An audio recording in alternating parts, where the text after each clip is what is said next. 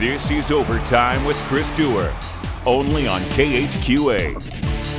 Well, this is Saturday, February 11th, and you have entered Overtime, the hardest working little show in tri-state television, grinding away from dawn until dusk to give you the local lowdown on all things sport. Tonight, my friends, my special two-part series, Mean Boys, begins, taking us to both MACOMB and Hannibal as we talk about the scourge of guys in singlets roaming high school gyms with the goal of twisting their peers into odd-shaped pretzels, probably better known to you as the sport of high school wrestling. The postseason, and it is high drama indeed.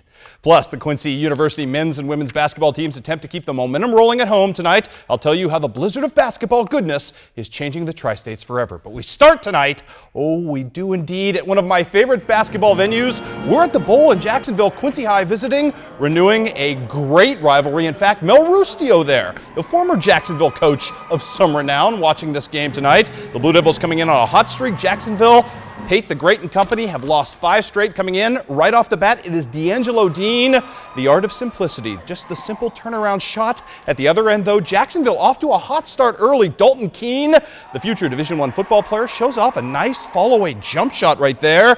Jacksonville, as I said, trying to snap out of it. Rudy Pate, look at the spinorama move.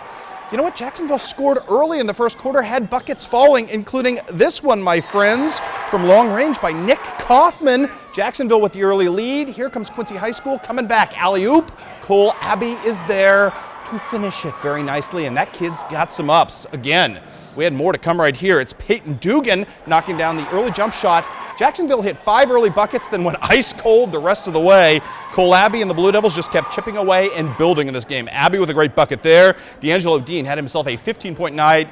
That's just not how you guard him. The spin move, the drop step, done to perfection there. Jakari Mitchell with a great buzzer beater for Jacksonville, but that was about the extent of the highlights after the first quarter. All Blue Devils as they grind out a hard scrabble victory, improve to 17-6 on the season, 48-36 your final in favor of Quincy High School. Meanwhile, Quincy Notre Dame trying to avenge last year's loss to these guys, the Liberty Eagles, who came in all fired up in this game. All the big guys in this game got into trouble with fouls early, so we'd rely on perimeter fun in this one to start with. Chris Dietrich from the outside knocking down the 3. How about Jordan Obert looking for Jared Shover, who, my friends, is just plain athletic. Beautiful finish for Shover at the other end as he kisses one there off the glass neatly. Liberty working it again. This time it's Isaac Murphin working the offensive glass. He's going to get the bucket, the Band-Aid, and the 3-point play. I told you, big guys getting in foul trouble right and left in this game. Not Alex Fitch, though. He's just too darn smooth. The little spinorama right-handed move that falls in for him. Then it's Evan Claney. He's a big guy. He didn't foul out. He did some work right here, kissing one neatly off the plexiglass as well, drawing contact at the same time. Shover just kept answering in this game, bringing Liberty at this point to within 2. Quincy Notre Dame, though, goes on a mad rush towards the end of the first half. It starts right here with Alex Fitch hooking up with Sam Douglas, knifing through the double team, finding his way home. Quincy Notre Dame avenges last year's loss by the final count in this one of 55-39. Also one of our favorite events of the year, the Riverton Shootout. MACOMB playing in the marquee game against the host team, Nick Sievers.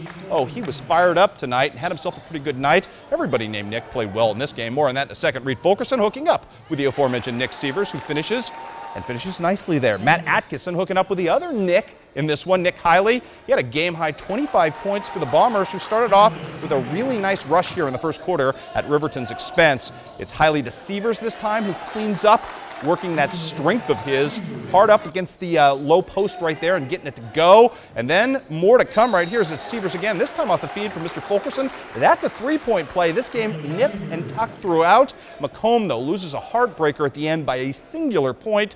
MACOMB loses to a very good Riverton team in this one. Final count, I wrote it down somewhere, 57-56 in favor of Riverton. Elsewhere tonight on the docket, Brimfield undefeated and showing why tonight as they roll into Rushville and beat up on Mark Darr's team. Final count in that one was 65-42, and in a score we just received, Pittsfield goes on the road, beats Brown County 48-42. Dalton Hoover with 16 points there, my friends, in the victory for the Sockies. Let's go to college basketball now. Oh, you know what? A rough road loss early in the season for Quincy University at William Jewell today, a day of atonement for the Hawks, and it started here with this fella knocking one down. That, my friends, is Austin Weber with the early 3. Finished the day with 9 points. Justin Brock's scoring binge continued, but his best highlight of the day came here, drawing a critical charge in the first half on Nick Larson. You know what? The Hawks drew 3 charges in the first half. That's pretty darn good defense, my friends. More to come right here. Brock also finding his cutters on the day. How about Jordan Wilson with a pretty scoop shot at that point? Ended his day with 6 points. Mark Mason, though, keeps the Cardinals alive. In fact, gives them a 24-23 lead with the runner late in the first half. But Brock was up to his old tricks in the low blocks, up and under and good for 2 of his 23 points in the day. That's his 3rd consecutive game with 20 or more points. Then Chris Babbitt from the outside, he had 12 on the day. The Hawks shot 64% from the field in the second half, kind of pulled away there and kind of got their revenge on William Jewell, winning this one by the final count of 76-65. Elsewhere on the day, Western Illinois goes on the road to Tulsa. And they can't beat Oral Roberts there either. Oral Roberts continues its mastery of the Leathernecks, winning by 10, 61-51. Ceola Clark with 23 points in the loss. Baker knocks out Culver Stockton, 63-52. The Trailblazers of John Wood improved to 18-5 on the season, going on the road and beating Blackhawk. Reagan Bringer with 24 there. Heartbreaking double overtime loss at home for HLGU. And in your score of the day, the Grinnell system. They don't play much defense with this, and when you go to double overtime, the numbers were ridiculous today. Illinois College wins on senior day, putting up 144-135. That's like an old Doug Moe Denver Nuggets score at that point, but that is your final. A happy senior day for the Blue Boys of Illinois College. And when we come back, we send the Tri-State's best wrestlers on both sides of the river off to state. Plus, we'll celebrate the unique renaissance of Hannibal Pirate basketball that's taking place right now under Matt Pugh.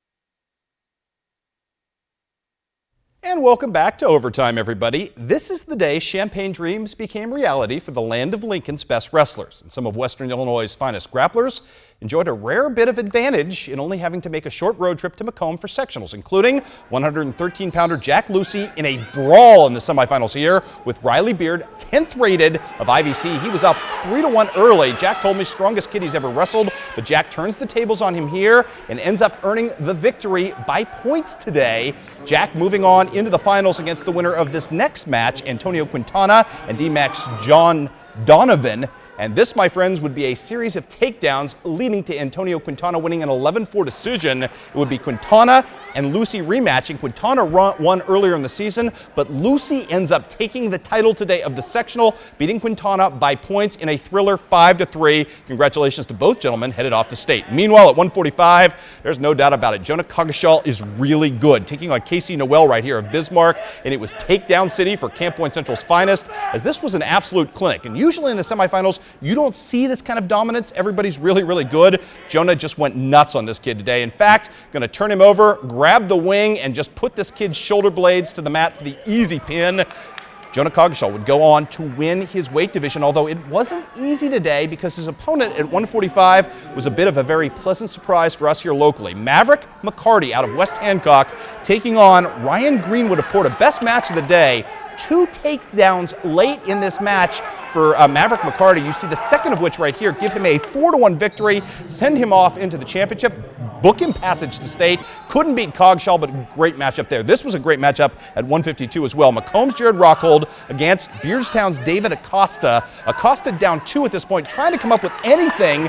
As he tries to make the move, he gets ankle picked a bit, and there is Rockhold, just kind of falls on top of him and ends up grabbing the pinfall victory. Rockhold finished second on the day, lost his championship match at 152, but Mr. Rockhold headed off to state and gets the pin there. That's a pretty darn good reaction. We had some great reactions from winners today.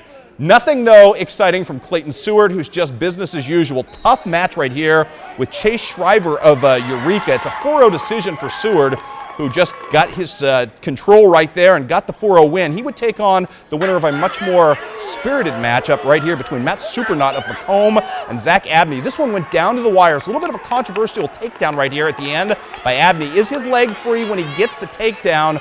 Tough to say from any angle. You know what? Abney was awarded the 2 points, and that was the difference in a 6-5 match, which would send Abney off to wrestle Mr. Seward in the championship match, and it would be Seward winning that and moving on to state, as did Zach Abney. First place for Seward, second place for Zach Abney, who's had a great season for Pittsfield, showing up nicely here. And you got to love the sportsmanship after this war. Those two kids have wrestled each other about 1 billion times, really liking each other and kind of showing the mutual respect there. Story of the day, though, right here. This guy, Jalen Beebe, you couldn't be happier for anybody, from Quincy, Notre Dame at 182, taking on Lucas Rice. Got the victory today there. We had more highlights. Something happened to them in the computer. I apologize to Jalen. Maybe I'll show you some more of those tomorrow. But Jalen Beebe wins first place sectional by a 6-3 decision over Lucas Rice in the semifinals, then moves on. So Jalen Beebe, one of 4 Quincy Notre Dame Raiders headed off to state. The only one, though, as a sectional champion. Jalen, a great kid, as I mentioned earlier, and great to see him having that kind of success. Really kind of a star-making moment for that kid today. Also moving on today, by the way, apologies, my battery ran out at 182 pounds. Garrett Kessner, the human muscle of Central Southeastern, gets a sectional championship and moves on. Colton Pease had a rough go of it today just because of the bracket, which was loaded. This bodes well, though, for the young man's chance, probably our best chance to win at state. The Pittsfield heavyweight rolls on to a sectional championship. Again, he may be our best chance to win a state championship next week. We will be in Champaign tracking that for you as well. We also had district title time in Hannibal today. They started the championships 30 minutes early, which means I missed 106-pounder Chandler Foey winning a thrilling 8-7 decision today. Apologies, Chandler, but we will try to see you next week in Columbia. Meanwhile, best story of the day, 126 pounds, Tyler Janes. He got cleared from a broken bone in his tibia on Monday. He's out there wrestling. Look at the style. Never got off his knees, but he made it work. First, the takedown. It's a ridiculous style. We do a big story on him tomorrow night, which you will see after the Grammys. But Tyler says it's a really defensive-oriented style, but look at him go right there. Gets control of his man right there. Eventually gets his 2 points as he kind of works in for the takedown. Again, that leg at about 70%, he told me afterwards, but look at him break away and somehow get the escape, even with the leg not what it was. This kid is just absolutely unreal. Tyler just doing work today. Mr. Janes, and then the cradle of death, if you will. He's going to get a pinfall victory. Again, this kid hadn't wrestled in 9 weeks, comes in today against the best competition in the district, wins it all, and I told you we had great reactions. This is absolutely fantastic, and he's not showing anybody up. You got to love the kid. What he's been through this season, thinking he might not wrestle, This was just, how do you call highlights with a lump in your throat? Because that's exactly what we had today, watching this kid pull it off. And again, you will hear from this fine young man coming up tomorrow night on our Sunday news. Meanwhile, also doing some work today, this guy, Colby Collins, at 132 pounds. It was just a takedown machine. Again, making short work of his man, gets the ankle pick right here, kind of turns his kid over and going to get into position. And this was the kind of workmanlike effort that Collins had going today at 132 pounds, as the Hannibal Pirates just absolutely kind of found their mojo today, for lack of a better word. From the neutral position to the controlled position, it's all about Colby Collins today, as he's going to end up winning a title at 132. Titles were the order of the day for the Hannibal Pirates. You saw they opened up the match with 3 straight. They are your district champions today by virtue of sending 7 guys off to state. Among the winners today, who you do not see here, Jacob Borgmeyer at the heavyweight division, who avenged, he told me earlier today, the kid that he beat in the championship went to triple overtime with earlier this season, so good win for Jake Borgmeyer. Logan Clark, a title at 190 pounds. Congratulations to that young man, who's kind of been the quiet storm for the Pirates all season long. Also headed off to state, Brady Ruby, who finished second at 170 pounds, and Kyle Muring, who we showed you last night, had to go back up through the back draw today, or actually through the third place draw, ends up taking it to book his passage to state at 220 pounds. Congratulations to the Pirates. And we do love the wrestling, because we have more good news for you. Keokuk is headed to state with 5 guys, 4 of them as runners-up, including Chase Hillenthal, Derek Rose, Gabe Martin, and Ryan Maxwell. The big story of the day, we've got great heavyweights on all sides of things. I don't know when the heavyweight division has ever been better. I mean, obviously, John Wise was really, really good, and Tyler Perry was really good, but 3 super heavyweights in 3 states, all of them who could win state championships. Alex Goss going off to state as a district champion today with his win at 285 pounds. So you look at him, you look at Borgmeyer, you look at Colton Pease, a fine, fine year for wrestling here in the Tri-States. Also a fine start to the postseason for the Central Lee Lady Hawks as they open their district tonight with a 69-42 win over Cardinal of Eldon. Congratulations to Taylor Burdett, who had herself a big night, double-double to lead her team to victory. Up next for them, a showdown with Van Buren on Tuesday at Keosauqua. Senior day at Quincy High School today, really neat stuff here. Anna Leenertz was declared out for the season with concussion issues. She got the start today. Greg Altmix runs a specially designed set of plays for her right off the bat. And to his credit, very classy, Todd McGackey agrees not to defend her. He gives her a chance to hit 2 long threes. She cannot hit them, but nobody cared at this point. Just great to see her out on the court. And afterwards, quick timeout. She gets pulled off. Pretty emotional moment here as well. Big hugs, standing ovation from everybody in the gym, including every last one of the Fort Madison Lady Bloodhounds. As I told you, class acts all the way around today. More to come in this one. Caitlin Holtkamp got the Bloodhounds off to the great start in this game, backing down her defender. Great bucket in the low blocks. But Paige Abel and the Blue Devils, they started slow and got things going. 3 there works, and then it's Jordan Eisenberg with the amazing scoop shot to lead Quincy High School to victory today over Fort Madison. 54-29 was your final. Jordan Eisenberg had 9 there. A great game for her. Also tonight, Marion County is your champion of the Brashear tournament, thanks to 36 points from Jessica Red with 2 Ds. Apologies about that. Also in the 3rd place game, Elizabeth Lindberger and North Shelby take out Macon County by the final count there of 43-35. Women's college basketball today. Oh, you know what? The Lady Hawks bring out unbridled joy to their fans, both young and old, with a 7-game win streak working. Darla Gatchenberger had herself a really nice day. 3 of 3 from 3-point range. That's why you have her here. This is what she does. Knocks down long jumpers. Then it's the Allie Schwagmeyer show. Great pass right here. She's going to find her distance from 3, knock that down. Then it's Allie playing distributor. She can do that as well, as you will see right here. Looking for Miss Lindsay Hankey, who had herself another incredible day, a double-double. She draws the bucket and the contact there for 3 of her 19 points. She also had 14 rebounds, as I mentioned. Same dynamic working right here. Allie Schwagmeyer kind of had the radar working today as she finds a wide-open Lindsay Hankey. How do you lose a 6'4" girl on the court? Apparently, William Jewell's going to do exactly that. More from Allie. She had herself a 20-point day. Cassidy Schumann getting into the act as well. Going to knock down the long jumper. And then we had some really pretty stuff as well from the emerging Lucy Cramsey as the Quincy University women win big today, 78-51. That's 8 straight wins for them. Nice to see Jenny Garber's team playing so well. Also on the day, Jesse Logsdon with 23 points in a losing cause for Culver Stockton. It was Harris Stowe losing to HLG. John Wood wins on the road against Monmouth College's junior varsity team. And Western Illinois' win streak comes to an end at the hands of Oral Roberts. And when we come back, we're going to talk about all the good that MACQ has done with Hannibal basketball.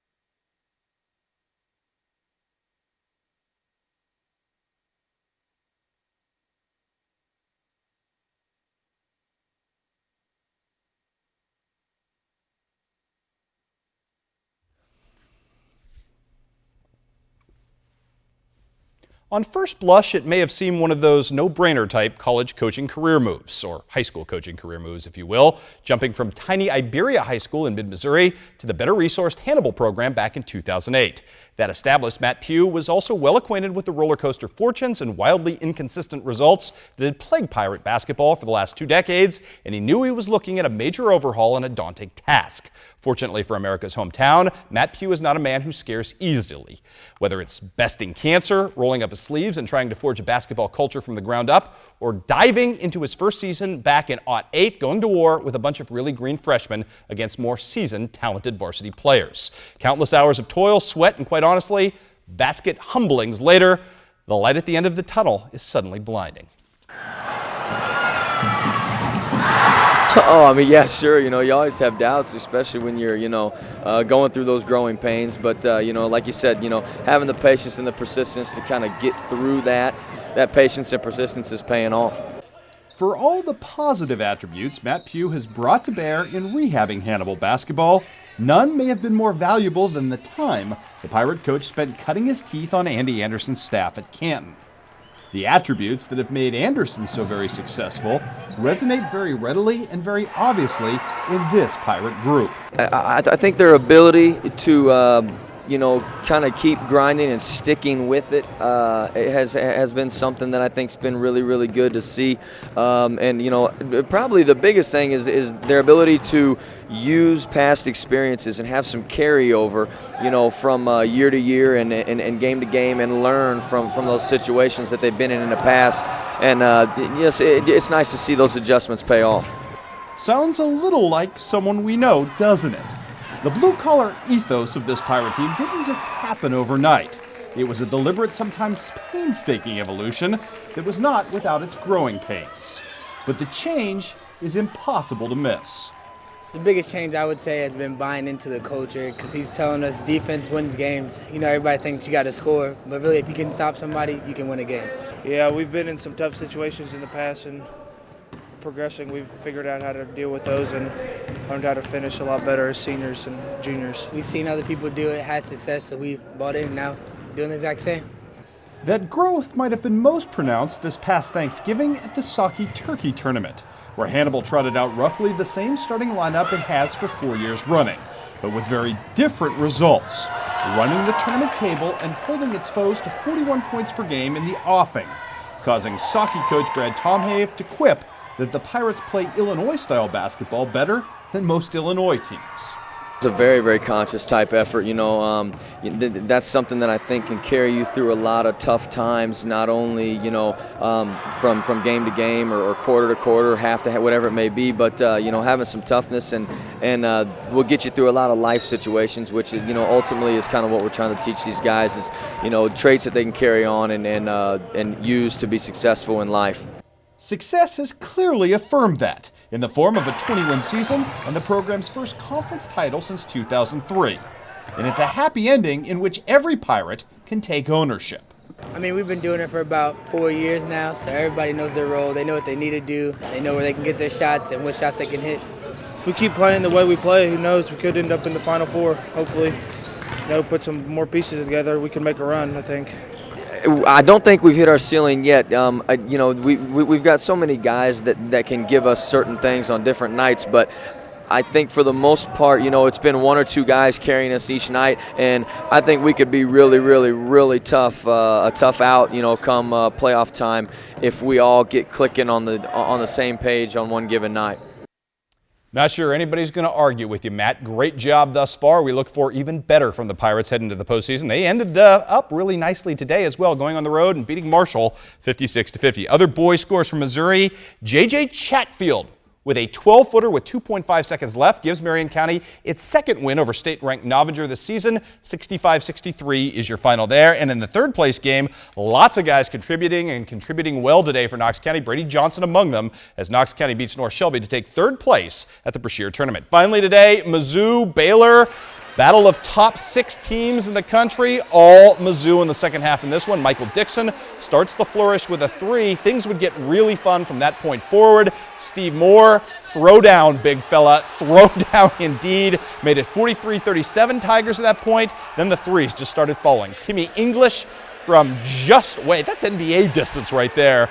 A 23-8 run for the Tigers at that point. They hit 5 straight threes in it, and the Tigers continue to roll along. They destroyed Baylor today, 72-57 was your final there. Coming up tomorrow night after the Grammys, as I mentioned, lots of goodies for you.